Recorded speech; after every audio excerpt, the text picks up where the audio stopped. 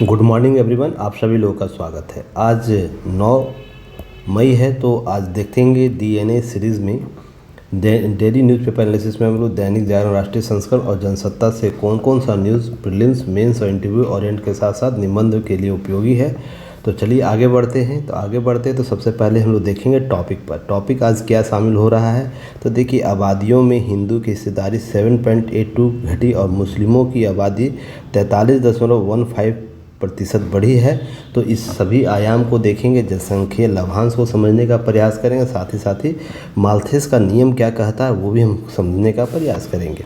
फिर 2030 तक 7% रहेगी विकास दर, यह मुख्य आर्थिक सलाहकार के द्वारा एक रिपोर्ट में कही गई है। तो इस सारे एस्पेक्ट को समझने का प्रयास करेंगे पीटी और मेंस के एस्पेक्ट से। फिर भारत $100 अरब पार करने वाला पहला देश बना है, यह संयुक्त राष्ट्र की एक एजेंसी के द्वारा बोली गई है। किस लिए $100 अरब कि विदेश में रहने वाले भारतीयों के द्वारा भारत में भेजे जाने वाले पैसों की बात की जा रही है। अर्थात जो प्रवासी भारतीय भारत को पैसे दे रहे हैं, उसमें $100 अरब पार करने वाला विश्व का पहला देश बना है भारत। तो ये बहुत बड़ी उपलब्धि है। तो इसके पीटी फैक्ट और मेंस एस्पेक्ट को समझने का प्रयास करेंगे। फिर नई उड़ान पर तकनीकी प्रगति क्या क्या आई है, कुछ नए टर्मिनोलॉजी आए हैं साइंस एंड टेक्नोलॉजी में, उसे उपयोग कर आप अपने जीवन को कितना बेहतर बना सकते हैं, उस सही संदर्भ को समझने का प्रयास करेंगे। और एक केस स्टडी आया है जिसमें लिव एंड रिलेशनशिप कलंक है, हमारी संस्कृति से मेल नहीं खाता, यह न्यायालय के द्वारा बोला गया। तो इसके केस स्टडी के तौर पर देखेंगे, साथ ही साथ देखेंगे इसके वैधानिकता क्या है, संवैधानिकता क्या है, साथ ही साथ नियम कानून क्या बोलते हैं सांस्कृतिक अर्थ में, और जो हमारा समाजीकरण करता है उसके संदर्भ में हम कैसे इसे देख सकते हैं। फिर संपादकीय में देखेंगे हम बेनकाब होते पश्चिम के दोहरे मापदंड। तो दोहरे मापदंड क्या है पश्चिमी देशों के, तो इसके संदर्भ को समझेंगे। साथ ही साथ एक और संपादकीय है जिसमें बात करें रोजगार के मोर्चे पर बढ़ती चुनौतियाँ। तो क्या चुनौतियाँ हैं, चुनौतियों का एस्पेक्ट किस रूप से देखा जाना चाहिए, साथ ही साथ यह कैसे भारत में रोजगार की समस्या के लिए एक बाधक के तौर पर उभर कर सामने है, सारे एस्पेक्ट को समझने का प्रयास करें। तो लगे रहिएगा, बने रहिएगा हमारे साथ। तो चलिए शुरू करते हैं। और आगे बढ़ने से पहले आप इस चीज़ को समझिए ज़रूर, इसका वीडियो बिल्कुल यूट्यूब पर फ्री है, सभी लोगों के लिए फ्री है। अगर यदि आपको पीडीएफ प्राप्त करनी है, prelims mains interview orient PDF प्राप्त करनी है और वीकली टेस्ट में शामिल होना है, तो आप मुझे 599 पेड कीजिए। एक ईयर की वैधता के साथ आपको मेंटरशिप इसके साथ करंट अफेयर्स के सीरीज़ में हिंदी न्यूज़पेपर एनालिसिस में आपको दिया जाएगा। तो ज़रूर आप 599 पे हमें दे सकते हैं, जिससे आप अपने सारे जीएस पेपर को कंप्लीट करने में इसकी भूमिका को समझ सकते हैं। चलिए लाइक से सब्सक्राइब भी ज़रूर कीजिएगा, युक्ति आयुष को सपोर्ट कीजिएगा, इस बार कोड से स्कैन करके डाउनलोड कर लीजिएगा। App actually Google play store पर नहीं होगा। रीज़न, गूगल प्ले स्टोर पर आप लोग को पता है गूगल प्ले स्टोर 36% का आपको पैसा मांग रहा था सभी भारतीय ऐप डेवलपर से। तो भारत सरकार उसके बीच कुछ विवाद भी हुए हैं, तो इसलिए एक नया प्लेटफॉर्म हम लोग अपना क्रिएट किए हैं, जिसमें आप इस ऐप के माध्यम से, इस स्कैनर के माध्यम से आप ऐप डाउनलोड कर सकते हैं, या आप जाके लिंक या डिस्क्रिप्शन बॉक्स में एक लिंक दिया रहेगा, आप वहां से भी आप डाउनलोड कर सकते हैं। टेलीग्राम चैनल पर जाके युक्ति इस टाइप कीजिएगा तो हमें वहाँ पाइएगा, या इस बार कोड को स्कैन कर लीजिएगा तो उससे आप टेलीग्राम चैनल से जुड़ जाइएगा। वेबसाइट विजिट कर सकते हैं www.yuktias.in, और सब्सक्राइब के साथ साथ बेल आइकन को भी दबाएं ताकि सभी नोटिफिकेशन सबसे पहले आप तक पहुंचे। तो चलिए आगे बढ़ते हैं। तो देखिए, न्यूज़ बहुत इंपॉर्टेंट है, इसे समझने का प्रयास कीजिए। आबादी में हिंदुओं की हिस्सेदारी 7.82% घटी और मुस्लिमों में कितना 43.15% बढ़े। कुछ आंकड़े दिए गए हैं जिसे समझने का प्रयास कीजिएगा। समझना क्यों है कि यह बहुत से आयामों को स्पष्ट करता है। अगर हम भारत में 50 और 2015 के बीच कुल आबादी हिंदुओं की हिस्सेदारी देखें तो 7.82% की गिरावट हुई, और दूसरे मुसलमानों की हिस्सेदारी क्या हुई, बढ़ोतरी हुई है। तो हिंदुओं की हिस्सेदारी घटने का सिलसिला पड़ोसी हिंदू बहुल देश नेपाल में भी देखने को मिला। ऐसा नहीं कि केवल भारत में ही देखने को मिल रहा है, तो यह पड़ोसी देशों में भी देखने को मिल रहा है। इसके कारक हो सकते उदारवादी नीति, जिसमें हम लोग क्या करते हैं, देश की संसाधनों की बात करते हैं, संसाधनों के साथ साथ बंटवारे की बात करते हैं। बंटवारा किस प्रकार का, राष्ट्र और व्यक्ति के बीच का बंटवारा, जिसमें हम राष्ट्र को प्रमुख रखते हैं। साथ ही साथ ध्यान रखिएगा, म्यांमार में भी बहुसंख्यक बौद्ध की हिस्सेदारी गिरावट आई है। तो जितने भी बहुल क्षेत्रों में जहाँ पर हिंदू धर्म से जो निकले हुए पंथ हैं, हिंदू धर्म सनातन धर्म से जो निकले हुए पंथ हैं, पंथ है, अन्य पंथ भी है, उनकी भी गिरावट है। इसके विपरीत पाकिस्तान, बांग्लादेश और अफगानिस्तान में वहाँ बहुसंख्यक आबादी मुसलमानों की हिस्सेदारी बढ़ी है। अब यहाँ पर कंसेप्ट यह समझना है कि यह संदर्भ क्यों लिया जा रहा है, इसे क्यों आप एग्ज़ाम ओरिएंट बना सकते हैं। देखिए अभी यहाँ पर समझने का प्रयास कीजिएगा, उससे पहले कुछ और भी बातें की गई। जैसे यहाँ पर आर्थिक सलाहकार परिषद ने इस महीने जारी एक रिपोर्ट में यह जानकारी दी है। रिपोर्ट के अनुसार अधिकांश मुस्लिम बहुसंख्यक देशों में मुस्लिम आबादी बढ़ी है, वहीं हिंदू, ईसाई, अन्य धर्म बहुल देशों की बहुसंख्यक हिस्सेदारी कमी हुई है। अब परिषद ने दुनिया के 167 देशों में 1950 से 2015 तक के बीच की जनसांख्यिकीय बदलाव का अध्ययन किया। देख सकते हैं 167 देशों का अध्ययन किया भारत का यह जो आर्थिक सलाहकार परिषद है वो। तो यह बहुत ही महत्वपूर्ण आंकड़ा देता है, जिसमें विश्व, भारत के साथ साथ वैश्विक आबादी को संदर्भित करता है कि जनसंख्या लाभांश किस रूप से बदलाव आ रहे हैं। अब ध्यान रखिएगा, इसके साथ होगा इन मुस्लिम बहुसंख्यक देशों में, इन देशों में बहुसंख्यक उन्हें माना जाता है जिनकी आबादी 75% अधिक है। इन देशों में 65 वर्षों में बहुसंख्यक की हिस्सेदारी 22% की कमी हुई है, जबकि मुस्लिम बहुल देश जो है 38 मुस्लिम देशों में इसकी बढ़ी है। तो यह इसका उद्देश्य किसी देश की जनसंख्याकी में परिवर्तन, वहाँ की लोकतांत्रिक प्रक्रिया, मनमारी, बहुसंख्यक बौद्धों की हिस्सेदारी घटी है। आकलन शासन प्रशासन को पड़ने वाली असर आकलन करता है। अर्थात कुल मिलाकर जब हम जनसांख्यिकीय लाभांश में परिवर्तन किसी प्रकार का, तो लोकतांत्रिक प्रक्रिया जो अपनाई गई है, शासन प्रणाली जो अपनाई गई है, उस पर असर दिखेगा। अब इसे इस तरीके से समझने की आवश्यकता है कि ऐसे समझिए जनसंख्या बदलाव क्यों हो रहे। तो 1951 की बात जब हम करते हैं तो हिस्सेदारी जब ये प्रतिशत थी हिंदू आबादी की, भारत की कुल आबादी, तो प्रधानमंत्री के आर्थिक सलाहकार परिषद रिपोर्ट के अनुसार 7.82% की कमी हुई है। ये सब आंकड़े जब प्रस्तुत होते हैं तो दो चीज़ ध्यान में आप लोग को रखना है कि जो लोकतांत्रिक प्लस शासन व्यवस्था, जो शासन व्यवस्था हम लोग अपनाए हैं, उसमें वर्ग विशेष का क्या योगदान होता है।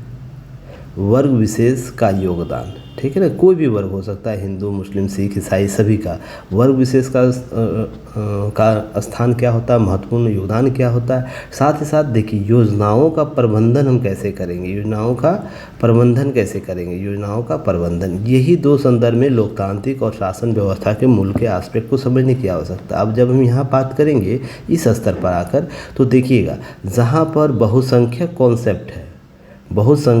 कॉन्सेप्ट है तो दो तीन चीज़ें आपको ध्यान में रखनी है। पहले याद रखनी है कि यहाँ पर मान्यताएं कैसी है। अगर हम विकास की बात करें तो इसके मानक प्रमाणक क्या बनाए गए। साथ ही साथ हम जनसंख्या के वितरण को कैसे संभालेंगे, जनसंख्या वितरण को कैसे संभालेंगे, ये सारे मुद्दे आएंगे। अगर हम बात करते हैं भारत का, तो देख लिए आप उत्तर दक्षिण का विवाद मैंने हाल ही में पढ़ाया था आप लोग को, उत्तर और दक्षिण का विवाद। तो उत्तर दक्षिण का विवाद क्या है कि आपको जनसंख्या का एक प्रमुख कारण माना जाता है, जनसंख्या का बढ़ता दबाव, जिसमें यह बोला जाता है कि उत्तर की जनसंख्या दक्षिण की जनसंख्या से अधिक है, जिसके कारण संसाधनों का वितरण नहीं हो पा रहा है। यही बात की जाती है, विवाद का कारण मुख्य यही है उत्तर दक्षिण का। तो सेम पैटर्न आप देखिए, जिन क्षेत्रों में मान लीजिए बाहुल क्षेत्रों में हिंदू मुस्लिम की बात होगी, जहाँ पर मान लीजिए यहाँ हिंदू मेजॉरिटी में होगी, यहाँ मुस्लिम मेजॉरिटी में होगी, तो यहाँ पर वितरण की बात, संसाधनों का वितरण की बात होगी। साथ ही साथ क्षेत्रवाद को बढ़ावा मिलेगा, वर्ग विभेद को बढ़ावा मिलेगा। आंकड़े यह बता रहे हैं जिन क्षेत्रों में, और हमारे यहाँ बहुसंख्यक, और मैंने एक न्यूज़ आप लोगों को कलेक्ट किया था कुछ 2023 के आसपास, 2023 में मुझे याद आ रहा है फरवरी या मार्च में, कि वहाँ पर मैंने बहुत बताया था बहुसंख्यक बनाम अल्पसंख्यक का कॉन्सेप्ट है। अल्पसंख्यक का कॉन्सेप्ट, तो भारत में बहुसंख्यक जहाँ पर हिंदू है वहाँ अधिकारों का वितरण बेहतर है। यह भारत की बात हो रही है, ऐसा नहीं कि मैं अब दूसरे देश की बात कर रहा हूँ। हिंदू का अधिकारों का वितरण आपको किस प्रकार से है, संवैधानिक तरीके से। और जिन राज्यों में मुस्लिम बहुसंख्यक है, जिसमें हम जम्मू कश्मीर या अन्य राज्यों में, फिर उसके बाद ईसाइयों के बहुसंख्यक जिस राज्यों में है, जैसे नॉर्थ ईस्ट राज्यों में, वहाँ पर अधिकारों का वितरण उस अनुपात में नहीं है। ये आंकड़े बता रहे हैं, ऐसा नहीं कि मैं अपने मन से बता रहा हूँ, आंकड़े बताते हैं संवैधानिक धरातल स्तर पर, जिसमें मांग राज्यों में जहाँ पर हिंदू अल्पसंख्यक है, हिंदुओं का अल्पसंख्यक स्थिति है वहाँ पर मांग लगातार बैठ रही है कि मांग की जा रही है उन लोगों को, उनको अल्पसंख्यक का दर्जा दिया जाए। और मज़े की बात यह भी आप जान लीजिए, इन राज्यों के द्वारा इनको अल्पसंख्यक का दर्जा नहीं दिया जा रहा है। पर भारत में मुस्लिम अल्पसंख्यक है, बौद्ध अल्पसंख्यक है, जैन अल्पसंख्यक है, ईसाई अल्पसंख्यक के दर्जे में आते हैं। तो यह दोहरा मापदंड को भी अपना रहा है। तो इस चीज़ को समझने का प्रयास कीजिएगा। यह बहुत से तथ्यों को उजागर कर रहा है। तथ्यों को उजागर किस रूप से कर रहा है? तथ्यों को उजागर, अब 2-3 पॉइंट याद रखिएगा आप लोग। पहला पॉइंट याद रखिएगा, हम नियमों कानून मान लीजिए हिंदू अल्पसंख्यक की स्थिति में आ जाते तो स्थिति क्या होगी? कानून व्यवस्था के आधार पर होगी कि मुस्लिमों के उस स्थिति जिसमें वो शरीयत के कानून को लागू करना चाहते, तो यह समस्या आपको वितरण होगी। अब भारत एक लोकतांत्रिक देश है, ध्यान रखिएगा, लोकतांत्रिक देश है। इस कॉन्सेप्ट को हमेशा याद रखिएगा। जैसे ही मुस्लिम आबादी बढ़ती है, उस क्षेत्र में उसके कानून व्यवस्थाओं में परिवर्तन आता है। बहुत से जगह आप केस स्टडी के तौर पर मैं आपको इसमें लगभग 10-15 बार ऐसा जरूर केस स्टडी बताया हूं जिसमें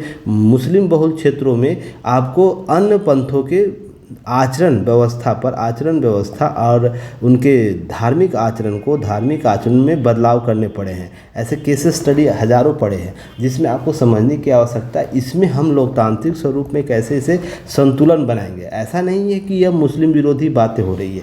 बात यह कॉन्सेप्ट जो अपनाया जाता है, इनका अपना शरीयत है, अपना नियम कानून, उसके आधार पर वो शासन प्रशासन चाहते हैं और यह उनकी मांग होती है। पर यहाँ पर अलग धर्मों पंथों की बात जब आएगी, वो लोकतांत्रिक स्वरूपों की बात करती है। अब प्रत्येक मुस्लिमों से बात कीजिएगा, पहले संविधान है या पहले आपका शरीयत है? तो संविधान के स्थान पर पहले वो शरीयत को चुनेंगे। तो सीधा सा अर्थ यह समझिएगा कि जब इनका बहुसंख्यक की स्थिति में होंगे तो यह संविधान को क्यों मानेंगे, इस समझ को समझने की आवश्यकता आपको है। अब मैं किसी मानसिक असंतुलन की स्थिति में ये बात नहीं कर रहा हूँ, यह केस स्टडी में आया हुआ है कि ऐसी धारणा विकसित है। तो यहाँ पर समझने की आवश्यकता होगी। तो यहाँ जनसंख्या नियंत्रण के जो कानून है, जनसंख्या नियंत्रण के कानून है, वो प्रभावित होंगे। यहाँ पर गरीब और अमीर राज्य की जो स्थिति है, राज्यों की स्थिति है, वो भी प्रभावित होगी जो कानून व्यवस्था को अपनाने की बात करते हैं। फिर संसाधनों के वितरण का जो समस्या होगा, ये भी आपको देखने को मिलेगा। तो ये सारे तथ्य आपको समझने की आवश्यकता है। कुल मिलाकर बात हम भारत के संदर्भ में करें तो जनसंख्या नियंत्रण इसलिए भी जरूरी है ना कि आप देख रहे होंगे लगातार संख्या हम चीन से आगे बढ़ रहे। आंकड़े यह बोल रहे 2046 तक हम लोग क्या करेंगे, हम विश्व की सबसे बड़ी आबादी तो होंगे ही, सघन आबादी भी होंगे, अर्थात प्रति स्क्वायर मीटर में सबसे ज़्यादा जनसंख्या हमारे यहाँ देश में होगी। तो यह भी एक समस्या होगी जिससे हम संसाधनों का वितरण, पैसों का वितरण या अन्य स्रोतों का वितरण करने में समस्या होगी। सतत विकास का कॉन्सेप्ट समाप्त होगा, ये सब चीज़ें होंगी। अब माल्थस का नियम आप देखिएगा, ब्रिटिश अर्थशास्त्री यह माल्थस है, उसके प्रिंसिपल ऑफ जो पॉपुलेशन में जनसंख्या वृद्धि और इसके प्रभाव की व्याख्या की है। माल्थस के अनुसार जनसंख्या दोगुनी रफ्तार से 1:4:8:16:32 के अनुपात में होता है, जबकि संसाधनों का समान गति 1:2:3:4 5 के अनुपात में होता है। अर्थात प्रोपोर्शनल यह गति के तौर पर वृद्धि होती है। तो जब भी जनसंख्या बढ़ेगी, दोगुनी होगी, तो संसाधनों का वितरण समस्या उत्पन्न होगा। सबसे इंपॉर्टेंट फैक्टर आपको याद रखना है। और राज्यों के साथ जब समस्या उत्पन्न होती है तो योजनाएं प्रभावित होती हैं, साथ ही साथ आपको शासन व्यवस्था प्रभावित होता है, क्योंकि नियंत्रण नहीं हो पाता है ना। व्यक्ति विशेष पर नियंत्रण काबिज कीजिएगा तो मौलिक अधिकार का उल्लंघन बोल के वो क्या करेंगे, कोर्ट पर जाएंगे, कोर्ट जाएगा क्या कहेगा उसके मौलिक अधिकारों पर। तो राज्य कैसे शासन प्रशासन करेगा, ये सबसे बड़ा प्रश्न चिन्ह हो जाता है। परिणामतः 25 वर्ष के बाद जनसंख्या दोगुनी हो जाती है। और हालांकि माल्थस का विचार अगर शब्दांशों में सहमत नहीं हुआ जा सकता, किंतु ये सत्य है कि जनसंख्या की वृद्धि दर संसाधनों की वृद्धि दर से अधिक होती है। तो ये कॉन्सेप्ट है, संसाधन लगातार घटते हैं। देखिए जनसंख्या है ना, लगातार इंक्रीज होगा और संसाधन हमेशा डिक्रीज होगा, नीचे के रफ्तार में होगा। तो इसे विपरीत स्थिति का काम करता है। तो इस तरीके से आपको समझने के, जितनी जनसंख्या, मान लीजिए एक व्यक्ति है तो संसाधन उसके संपूर्ण होंगे। जैसे ही व्यक्तियों की संख्या बढ़ेगी वो घटता चले जाएगा। फिर घटता चला जाएगा तो क्या होगा, आप उसी तरह समझते चलिए। तो यह जनसंख्या वितरण और संसाधन का वितरण एक विपरीत अर्थ को बताता है, जिसमें राज्यों की भूमिका महत्वपूर्ण हो जाती है। अब भूमिका जो सिद्धांत है जन्मदाता डेविड रिकार्डो और जनसंख्या का संसाधनों का समन्वय का थॉमस सेंटलर, हर्बर्ट स्पेसनर जैसी जनसंख्या वृद्धि गंभीर विचार व्यक्त किए हैं। तो जनसंख्या के संदर्भ में आपको समझने, जैसे ही वितरण की समस्या उत्पन्न होगी, किसी भी कास्ट धर्म का आपको जनसंख्या बढ़ेगा, उसकी समस्या यही होगी। साथ ही साथ कानून व्यवस्था की बात होगी। अब बढ़ती आबादी से प्रमुख चुनौतियाँ क्या होगी? स्थिर जनसंख्या का एक समस्या आप कैसे क्रिएट कर पाए? नहीं तो जनसंख्या अगर इस तरह से 48% बढ़ रही है तो फिर हम स्थिर, और यहाँ पर शरीयत कानून लागू होता है। ऐसा भी नहीं कि यह जनसंख्या नियंत्रण के कानून को मानते हैं, तो फिर यह अनलिमिटेड जाएगा, और अनलिमिटेड जाएगा तो भारत के कुल संसाधनों की समस्या होगी, कुल संसाधनों का वितरण, जनसंख्यांकीय विभाजन उत्पन्न होगा। फिर देखा देखिए आपको अन्य धर्म, अन्य पंथ क्या करेंगे? अपने जनसंख्या का वृद्धि करेंगे ताकि वो संतुलन को बना सके, संतुलन सत्ता का अभ्यास कर सके। मैंने आप लोगों को बता रखा बहुत से कॉन्सेप्ट को। सत्ता का अभ्यास, कोई भी कार्य होता है उसके पीछे सत्ता का अभ्यास काम करता है।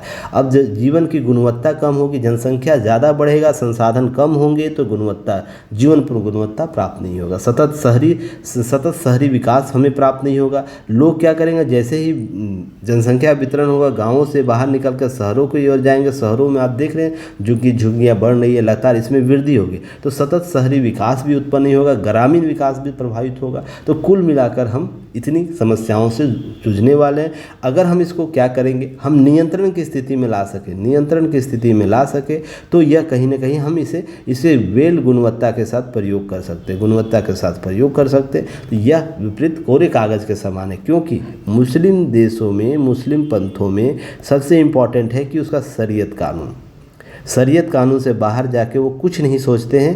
और देखिए उनके अपने मान्यता है, पर देश जब आता है तो देश सबसे ऊपर होता है, सभी चीज़ों से ऊपर होता है, अन्य पंथों के लिए, अन्य धर्मों के लिए। पर इनके लिए क्या है? इनके लिए शरीयत इंपॉर्टेंट है। इस फैक्टर को समझ, तो राज्य इसमें कैसे संतुलन स्थापित करेगा, यह सबसे इम्पॉर्टेंट फैक्टर है। ऐसा मैं नहीं बोला कि मुस्लिम इसके लिए सब कुछ जिम्मेदार है। इसके लिए बहुत सी व्यवस्थाएं आपको कायम, हमारा शासन प्रशासन इम्पॉर्टेंट है।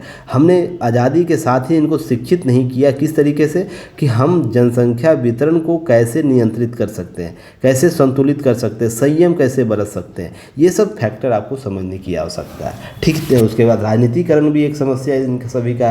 ये सारे मुद्दे आपको देखने को मिलेंगे। दूसरे टॉपिक पे चलते हैं। दूसरे टॉपिक में देखिए, यह इम्पॉर्टेंट है, इसे ध्यान रखिएगा। मैंने लास्ट जब टेस्ट हुआ था उसमें भारत के विकसित स्वरूप से संबंधित प्रश्न पूछा था।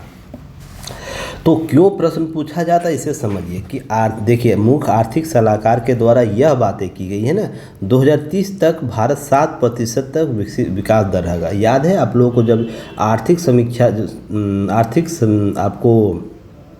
अंतरिम बजट जब आया था तो मैंने आप लोगों को कुछ बातें बोली थी। विकास दर को प्राप्त करने में भारत को अगले 2030 तक 35 तक कोई दिक्कत नहीं होगी। याद है, जाके वीडियो देखिएगा। मैंने ये बात क्यों बोली थी? क्योंकि भारत के पास वो सारे आयाम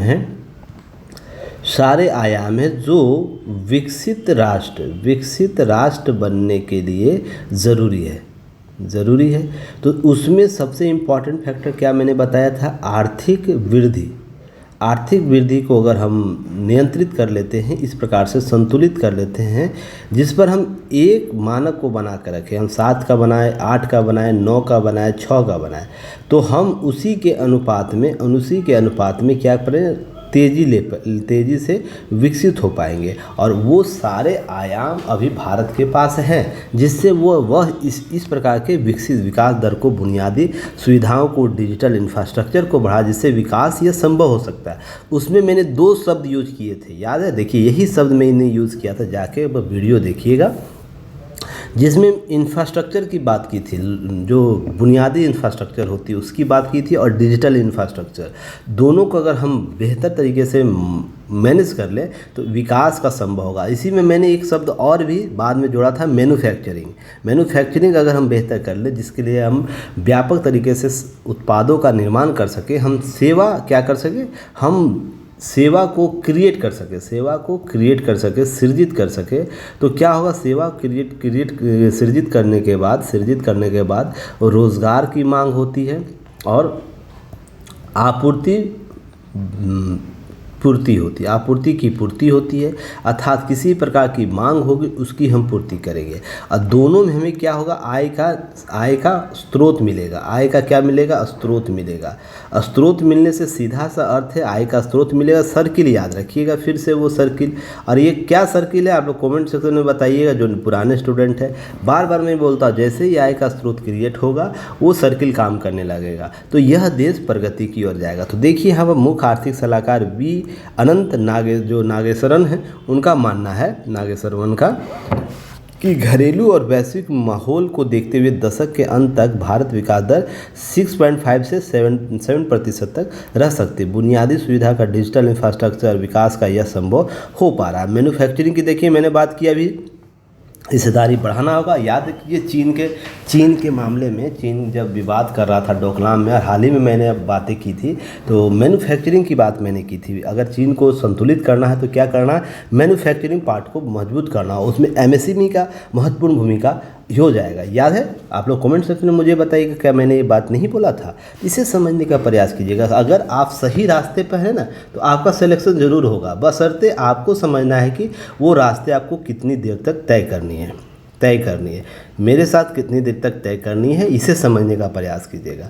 वो सारी बातें मैं आपको फ्यूचर की बातें बता रहा हूँ जिससे ना एनालिटिक करके वो चीज़ें धरातल पर आती है। वो आज न कल किसी न किसी संस्था के द्वारा, किसी न किसी प्रशासक के द्वारा, किसी न किसी पद के द्वारा वो बातें की जाती है। तो इसे ध्यान रखिएगा। बस इसे national council of the applied economy research में एक तरफ से आयोजित एक कार्यक्रम में इनके द्वारा बोला जा रहा था कि 4% के स्तर मुताबिक जो आरबीआई के अनुसार 4% स्तर पर रहने का अनुमान है। चालू वित्त वर्ष में 24-25 में विकास दर 7% अधिक रह सकती है। अब ये सब बातें हुई, जनसंख्या वृद्धि कम होना अर्थव्यवस्था के लिए अच्छी बात है।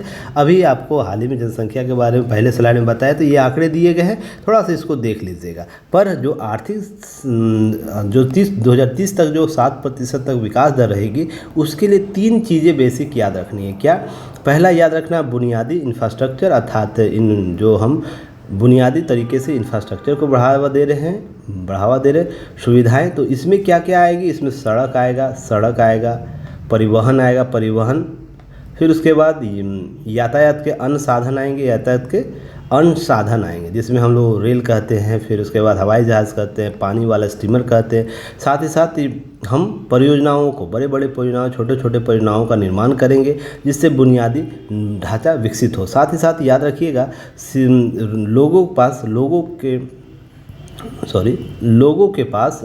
के पास वो सेवा की पहुँच हो, अफोर्डेबल प्राइस उसका कम हो, अफोर्डेबल प्राइस जिसे हम कहते हैं, उस तक पहुंच स्थित होगी तो बुनियादी ढांचा विकसित होगा। डिजिटल इंफ्रास्ट्रक्चर में हम एआई की बात कर रहे हैं, फिर हम टेली कम्युनिकेशन की बात कर रहे हैं, फिर हम बात कर सकते हैं किस प्रकार से कि गाँवों तक जोड़ने के लिए टेली कम्युनिकेशन बढ़ाया जा रहा है, फिर शहरों को जोड़ने के लिए हम इंफ्रास्ट्रक्चर को बढ़ा रहे हैं। तो इस प्रकार से डिजिटल हम इंफ्रास्ट्रक्चर करें, हम यूपीआई की बात करें या भीम पे की बात करें, इस प्रकार से जो इंफ्रास्ट्रक्चर बढ़ रहे हैं वो कहीं ना कहीं बुनियादी स्तर पर सुविधाएं को बढ़ावा दे रहा है। चलिए आगे हम बात करेंगे।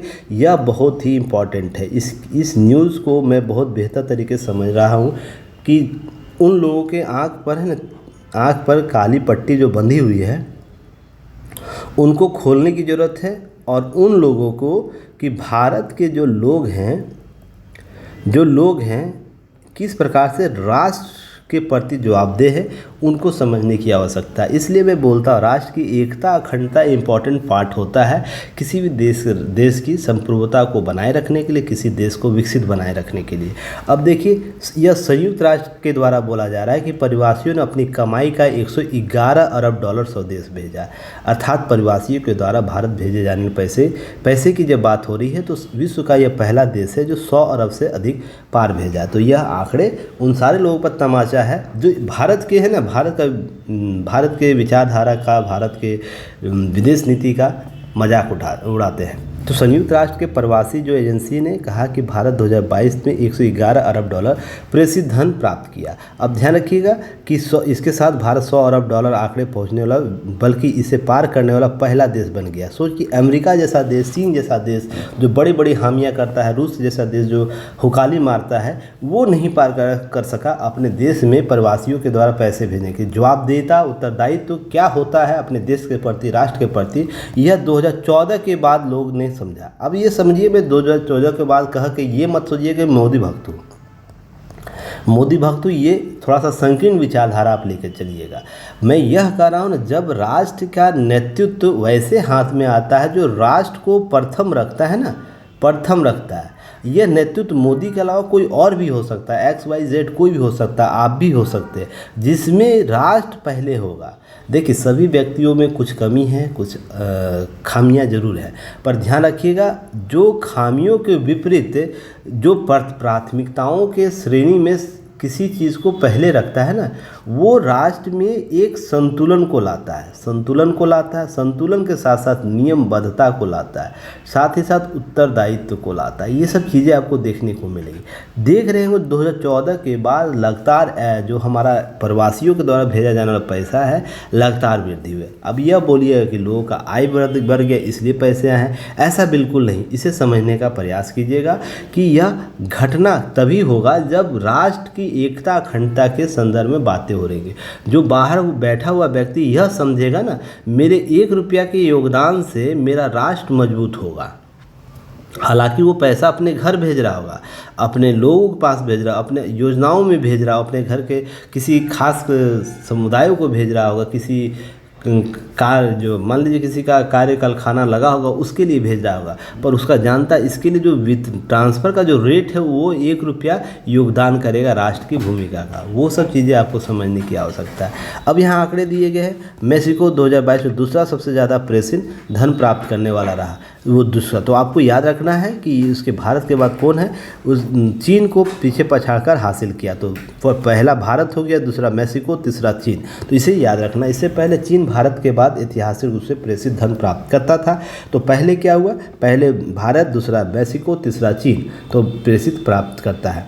तो अब ध्यान रखिएगा, दक्षिण एशिया में 3 देश, भारत, पाकिस्तान, बांग्लादेश, दुनिया में अंतर्राष्ट्रीय रूप से प्रेषित धन प्राप्त करने वाले 10 शीर्ष देशों में शामिल है। तो दक्षिण एशिया केवल गरीब राष्ट्रों के तौर पर नहीं गिना जाता है, दक्षिण एशिया केवल पिछड़े देशों के तौर पर नहीं गिना जाता है। दक्षिण एशिया केवल इसलिए नहीं जाता, धार्मिक उन्माद यहाँ है। दक्षिण एशिया इसलिए नहीं गिना जाता, यहाँ जनसंख्या वितरण सबसे ज़्यादा है। जनसंख्या दक्षिण एशिया इसलिए नहीं गिना जाता विश्व में कि वो अपने आपसी संबंधों में हमेशा खटास लगे रहते हैं।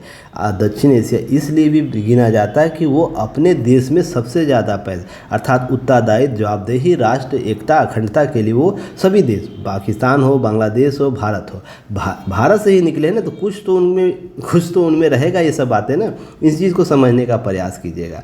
हम मालदीव की बात करें, मालदीव भी अच्छा वहाँ पर आ रहा है। तो इस प्रकार आंकड़े दिए गए, आंकड़ों को थोड़ा देख लेना है, उसके अतिरिक्त कुछ नहीं करना है। चलिए आगे हम बात करते हैं भारतीय डायस्पोरा क्या होता है। तो याद रखिएगा, भारतीय डायस्पोरा शब्द ग्रीक शब्द से निकला हुआ है, डायस्पेरियन से हुआ है। इसका अर्थ है फैलाव, अर्थात गिरमिटिया व्यवस्था जब भारत के लोगों को भारत से बाहर ले गया था, किसके लिए, जो आपको घर के काम कराने के लिए, खेतों का काम कराने के लिए, उसे गिरमिटिया कहा गया।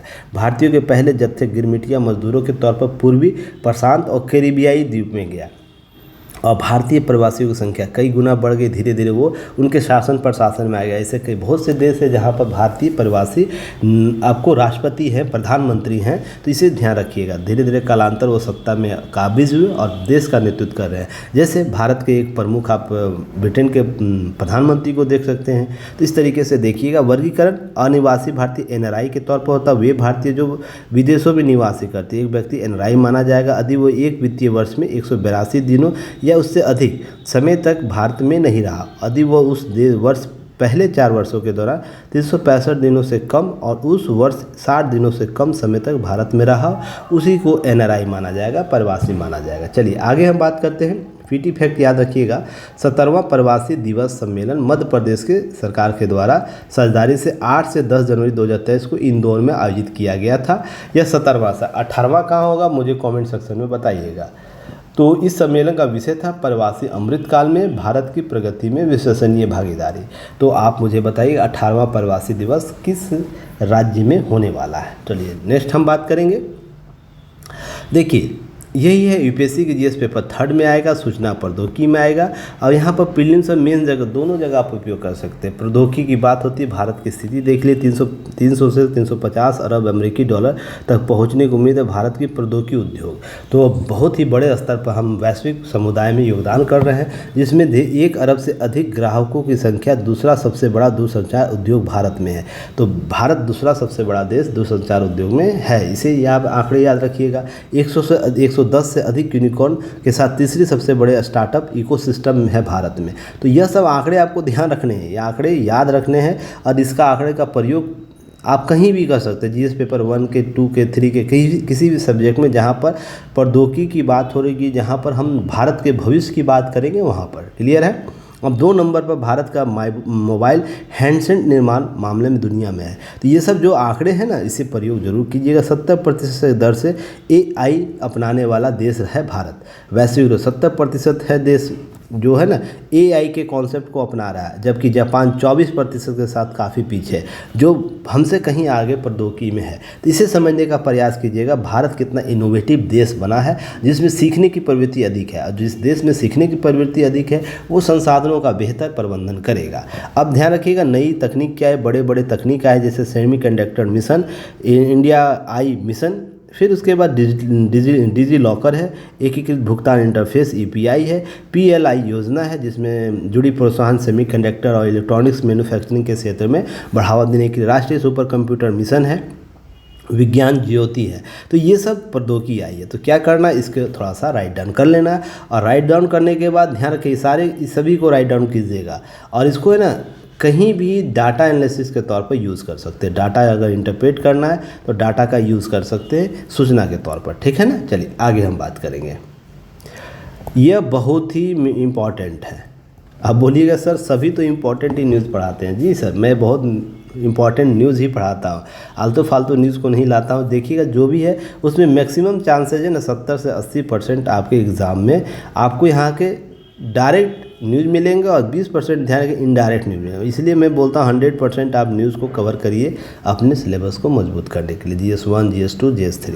और ये केस स्टडी होगा। केस स्टडी ये होता है कि केस स्टडी पेपर 1, पेपर 2 और पेपर 3, पेपर 4 सभी जगह काम देगा। यूपीएससी में, बीपीएससी की हम बात करें तो पेपर 1, पेपर 2 में आपको दोनों जगह काम देगा, और इंटरव्यू में तो सब जगह काम देगा। ध्यान रखिएगा, इंटरव्यू यहाँ से मेरे जब भी मैं इंटरव्यू में बैठता हूँ ये सब सारे प्रश्न आपसे मैं इंटरव्यू में पूछता हूँ, तो ध्यान रखेंगे इन सारे। देखिए छत्तीसगढ़ हाई कोर्ट ने एक परिवार को न्यायालय में एक फैसले में चुनौती देने वाली याचिका सुनवाई कर रहा था। मामला था कि लिव इन रिलेशन पश्चात धारणा है जो भारतीय संस्कृति से मेल नहीं खाती। और इस पर मैंने लिव इन रिलेशन पर एक बार वीडियो बनाया है, जो पुराने स्टूडेंट है वो वीडियो को देखेंगे। मैंने उस दिन भी बात बोला था कि हमारी संस्कृति है ना आदर करने वाला है, सभी को सम्मान देने वाला है। हम क्या करते हैं, समाजीकरण के साथ आगे बढ़ते हैं। अगर आप पश्चिमी यूरोपीय कंट्रियों का यूरोपीय धारणाओं को यहाँ लाइएगा ना, तो समस्या क्या होगा कि यहाँ पर व्यक्तिगत अधिकार तो मांग जरूर होगी, पर साथ ही साथ ध्यान रखें जब सामूहिक अधिकारों की बात होगी ना, तो आप वहाँ पर मारे जाएंगे। आप वहाँ पर क्या मारने का अर्थ है, आपकी हत्या नहीं हो जाएंगे, आप वहाँ पीछे पड़ जाएंगे, क्योंकि यहाँ पर सामाजिकरण की बात होती है। यूरोपियन कंट्रियों में व्यक्तिगत अधिकारों को महत्ता दी जाती है, व्यक्तिगत अधिकारों के संदर्भ में बात होती है। तो इन सारे संदर्भ को समझिएगा। तो यहीं पर एक बात निकली है, लिव इन रिलेशन के बाहर हम अपनी मान्यता, अपनी संस्कृति से बाहर नहीं जा सकते। ऐसा हम देखिए, आपको व्यक्तिगत अधिकार इसलिए दिए जाते हैं ना, अधिकार इसलिए दिए जाते हैं कि स्वतंत्रता का हनन ना हो। हनन का अर्थ होता है आपके अधिकारों को कोई रोक ना सके। तो यहाँ पर 2 कॉन्सेप्ट आपको देखने होंगे, क्या अधिकार असीमित है, बिना किसी तरीके से इसे रोक टोक है, या सीमित है। सीमित है। तो हमारे यहाँ सीमित अधिकार दिए गए हैं आपको। जब किसी से इससे युक्तियुक्त संबंध के युक्तियुक्त निर्बंधन की बात होती है तो भारत में यही कॉन्सेप्ट लेकर चलता है। और युक्तियुक्त निर्बंधन में हम सामाजिककरण की बात करते हैं, राष्ट्र की दायित्व की बात करते हैं, ये सब है, ये सब धारणा विकसित होती है। जैसे रूस में बात की जाती है, रूस में मौलिक अधिकार तब दी गई है ना जिसमें मौलिक कर्तव्य साथ में है, मौलिक कर्तव्य भी साथ में चलते हैं। मौलिक अधिकार के साथ साथ उसके साथ ही चलेंगे मौलिक कर्तव्य। और कर्तव्य आपको क्या बनाते हैं? जवाबदेह बनाते हैं, नैतिक बनाते हैं। और क्या बनाते हैं? आपको नैतिक बनाते हैं, जवाबदेह बनाते हैं और राष्ट्र के प्रति वफादार बनाते हैं, राष्ट्र के नियम कानून के प्रति, याद रखें, नियम और कानून के प्रति वफादार बनाते हैं। यह कॉन्सेप्ट आपको समझने की चाहिए। हम ज़रूर बात करेंगे कि हम लिव इन रिलेशनशिप में रहते हैं, हम कर सकते हैं, पर ये धारणीय विकास नहीं होगा। आप अपने परिवार के स्तर पर वंचित रहिएगा, आप समाज के स्तर पर वंचित रहिएगा। अगर आपको लिव इन रिलेशन लेना है तो हमको उस समय तक का वेट करना होगा जहाँ पर सोसाइटी ओपन हो जाएगी। अब मुझे नहीं लगता है कि भारत जो संस्कृति लगभग अपनी पुरानी संस्कृति को लेकर आ रहा है वो इन सारी धारणाओं से बाहर निकली। रीज़न उसके पीछे है कि इसी में हमारा मजबूतीकरण है। तभी तो हम वसुधैव कुटुम्बकम की जब बात करते हैं तो वसुधरा की बात करते हैं, पृथ्वी की बात करती है, संस्कृति सनातन की बात करते हैं। तो यहाँ पर समझने की प्रयास कीजिएगा। पहले शादीशुदा 3 बच्चों की पिता दंतावाड़ा के निवासी अब्दुल हमीद सिद्दीकी करीब 3 साल की एक हिंदू महिला। अब देखिएगा लव जिहाद का यहाँ कॉन्सेप्ट सामने आएगा। देखिए बेवकूफ़ आदमी सिद्दीकी है, वो पहले से शादीशुदा 3 बच्चों का पिता है। और इससे ज़्यादा मैं क्या बोलता हूँ, इससे ज़्यादा हिंदू महिला जवाब जिम्मेदार है कि आपको यह नज़र नहीं आ रहा है कि आपकी संस्कृति क्या, आपकी सभ्यता क्या है, आपका सामाजिक दायित्व क्या है। ये सब चीज़ें समझने की इससे बढ़ती मैं इस मुस्लिम व्यक्ति को भी बोल रहा है। यहाँ पर हिंदू भी होता तो मैं यही बात बोल रहा। सबसे इम्पॉर्टेंट है आपका दायित्व आचरण समाज का निर्माण करता है। आपका निर्माण करे या ना करे, समाज का निर्माण करना। और समाज जितना मजबूत होगा आप उतना सुरक्षित रहेंगे अपने समाज में। नहीं तो कोई बाहरी संस्कृति आएगा, आपका संस्कृतिकरण करके चला जाएगा और आपका संस्कृति समाप्त हो जाएगा। क्लियर है। अब 10 अगस्त को इस बच्चे को जन्म दिया, महिला लिव इन रिलेशन में रहकर महिला ने जन्म दिया। अब देखिए इस बच्चे का क्या समस्या उत्पन्न होगी। बच्चे को ना अधिकार मुस्लिम तरीके से मिलेगा, ना हिंदू तरीके से मिलेगा, ना उसकी शादी ब्याह के समय समस्या उत्पन्न होगी। ये सब चीज़ें समझने का प्रयास कीजिएगा। अब यही समस्या हाईकोर्ट बंदी प्रत्यक्षीकरण याचिका दायर कर दी। तो सुनवाई के दौरान पेश हुई महिला ने कहा कि वह अपनी इच्छा से माता पिता के साथ रह रही है। अब बच्चे की देखभाल करने को सक्षम, इससे पहले बच्चे की समुचित देखभाल। अब यहाँ पे एक कॉन्सेप्ट मुझे याद आता है, जब वो अपने जवान हो जाते हैं ना, जब बच्चा जवान हो जाता है ना, बच्चे पिता और माता के अधिकारों की बात छोड़कर अपने अधिकारों की बात होती है। और जब यही बच्चा फिर से माता पिता बनेगा, बूढ़ा होगा, तो अपने बच्चों की उसके बच्चे जब इस प्रकार करेंगे तो दुहाइयाँ देंगे किस प्रकार से सामाजिककरण का। अब ये सब समझने का कॉन्सेप्ट समझने का प्रयास कीजिए। ये सब चीज़ें चलते रहेंगी, अब बातें होंगी। अब कुछ चीज़ें ध्यान रखनी है। क्या ध्यान रखनी है? जैसे कुछ चीज़ें क्या ध्यान रखनी है, मुझे यह ध्यान रखिएगा। 1 सेकंड होल्ड कीजिएगा, किसी का कॉल आ रहा है, मैं उसे थोड़ा देख लूँ। चलिए अब ध्यान रखिएगा कि प्रावधान क्या क्या लगाए गए। अगर हम बात करें वैधानिक प्रावधान के रिलेशनशिप, वैधता क्या है, तो वैधता की जब हम बात करते हैं तो ध्यान रखिएगा संविधान हमारा 1950 का, उसके CO के अनुच्छेद कितना है, अनुच्छेद आर्टिकल 1 के तहत हम क्या भाषण और व्यक्ति की स्वतंत्रता के तहत ये देखते हैं कि हमें स्वतंत्रता मिली हुई है। अनुच्छेद 21 के तहत क्या देखते हैं, जीवन की स्वतंत्रता मिली हुई है, धार्मिक स्वतंत्रता मिली हुई है। इसके अतिरिक्त हम कुछ केस की बात करेंगे, जैसे बद्री प्रसाद बनाम उपनिदेशक, याद रखिएगा नाम, उपनिदेशक समेकन कितना 1978, याद रखना। इस मामले में बद्री प्रसाद बनाम उपनिदेशक समेकन के मामले में उच्चतम न्यायालय ने, सर्वोच्च न्यायालय ने क्या बोला था? सर्वोच्च न्यायालय ने बोला कि भारत में लिव एंड रिलेशन LIR क्या है, वैध है, अर्थात वो वैधिक तरीके से वो वैध है। लेकिन विवाह की आयु सहमति और मानसिक मानसिक स्वास्थ्य जैसे पैमाने की वैधता होनी चाहिए।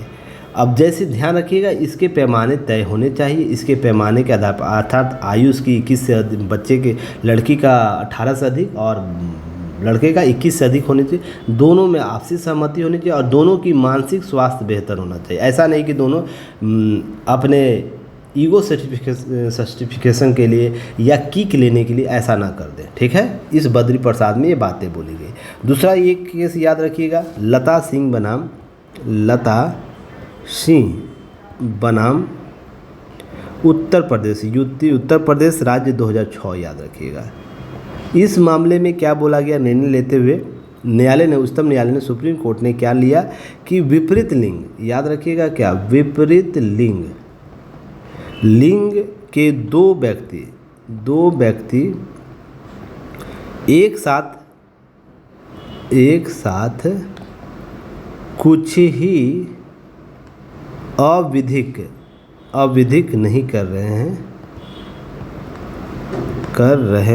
हैं तो वो क्या रहता है, रह सकते साथ में। ऐसा कोई काम नहीं करे जिससे अविधिक हो, अर्थात अविधिक मतलब युक्तियुक्त प्रबंधन की बात यहाँ हो रही, युक्तियुक्त प्रबंधन की बात हो रही। तो मुझे बताइएगा, मौलिक अधिकारों को रोकने के लिए युक्तियुक्त प्रबंधन कौन कौन सा, कमेंट सेक्शन में बताइएगा। कमेंट सेक्शन में सभी बच्चे उत्तर देंगे, जितने वीडियो देख रहे हैं सभी लोग उत्तर देने का प्रयास कीजिएगा। इससे आपका बुद्धि ही बढ़ेगा, ठीक है ना, क्विक रिस्पॉन्स करने की तकनीक बढ़ेगी। इंटरव्यू में ये बहुत काम देगा आप लोगों को। चलिए, इसके बाद एक केस और याद रखिएगा, कौन सा केस, लता सिंह के बाद वेलुसामी बनाम डी क्या है, पेचेमल वाद क्या था, 2010। यह याद रखिएगा। इस वाद में बोला गया था, उच्चतम न्यायालय ने लिव इन रिलेशनशिप में वैध बनाने के लिए मापदंड बनाए, जिसमें वो बात करता है दंपति स्वयं को जीवन साथी के समान समाज के समक्ष प्रस्तुत करना चाहिए। दंपति की बात की गई थी, दंपति को स्वयं के स्तर पर बात की गई थी। उनकी आयु वैध होनी चाहिए, आयु वैधता की बात की गई थी, वैधता की बात की। नेक्स्ट, वो स्वेच्छा से साथ रहना चाहते हैं, स्वेच्छा जो आपको जो बात की गई थी, किसमें आपको ये बात बद्री प्रसाद में बात की गई थी, बाद में वही बातें आपको वेणुस्वामी वाले मामले में भी बोला गया। ये सब वैधता स्वेच्छा से बात की जाए। फिर उसके विवाहित होने के लिए विधिक अधिकार होने, विधिक कानून के साथ आपको विधिक कानून पर खड़े होने पड़ेंगे, अर्थात उनको जितने भी विधिक कानून बनाए गए हैं उसके साथ आपको रहना होगा। कुल मिलाकर ध्यान रखिएगा, जब यह मामला आपको यहाँ पहुँचा, इंदिरा शर्मा बनाम आपको वी शर्मा, 2013 में जब यह मामला पहुंचा तो वहाँ बातें हुई कि जब लिव इन रिलेशनशिप में महिला रहती है तो घरेलू हिंसा, याद रखिएगा, घरेलू हिंसा से महिला संरक्षण होना चाहिए। तो आप ये सब याद रखिएगा। संरक्षण, एक महिला के तौर पर आपको सुरक्षित होने की बात है। महिला संरक्षण अधिनियम 2005 जो बना उसके तहत आपको प्रोटेक्ट होने तहत संरक्षित किया गया है, महिला संरक्षण अधिनियम 2005 याद रखिएगा। फिर उसके बाद कुट्टुस्वामी